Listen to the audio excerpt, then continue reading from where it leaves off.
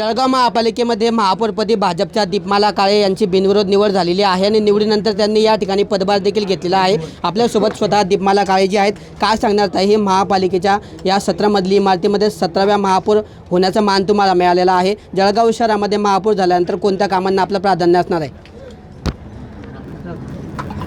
खरोखरच आनंद होतोय की आज मी 17वी महापौर इथे झालेली आहे। पण आनंदासोबत माझ्यावर एक मोठी जबाबदारीही आलेली आहे। मी ही एक मोठी जबाबदारी समजते की मला हा इथले म्हणजे जळगावकरांसाठी काहीतरी करण्याची मला संधी माझ्या पक्षाने ही दिलेली आहे।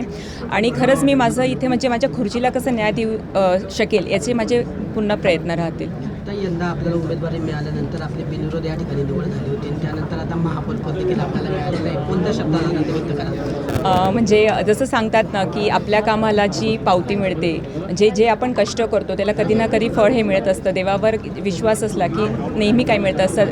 नेहमी प्रत्येकाने माणसाने काहीतरी चांगले कर्म करत राहावे, त्याची फेड आपल्यालाही कधी ना कधी भेटते असं मला वाटतं आहे। जळगावकर महिला ज्या आहेत, तुम्ही महिला महापौर आणि मोठ्या अपेक्षा महिलांना या ठिकाणी आहेत, महिलांसाठीचं काय प्लॅन असणार आहे? मूलभूत सुविधांपासून तुम्हाला सुरुवात करायला मी जसं सांगितलं आधी की महिलांसाठी एक मी रिप्रेझेंटेटिव्ह इथे महिला त्यांच्यासाठी आहे आणि त्यांना एक हक्काचं मैत्रीण इथे महापौर म्हणून मिळाली आहे। तर महिलांसाठी मी स्वच्छतागृह वगैरे जसे सांगितले होते ते मी ते करण्याचे पूर्ण प्रयत्न करेन। आज पहिला दिवस कसा सुरुवात करणार आहे महापालिकेत? आज पहिला दिवस मी सांगितलं की आज मी आता इथलं माझं 4 सांभाळलेलं आहे आणि आज माझं मी योगदान समजते की मी महापौर झाल्याबद्दल मी ब्लड डोनेशनला जाणार आहे। तर आज महापौर पदाचा पदभार घेतल्यानंतर पहिल्यांदा स्वतः मी रक्तदान करणार आहे। जळगाव शहराची मोठी जबाबदारी आहे। महिला म्हणून महिलांच्या समस्यांसाठी देखील प्राधान्य देणार असल्याचं या ठिकाणी दीपमाला काळे यांनी सांगितलं आहे। किशोर पाटील, TV9 मराठी, जळगाव।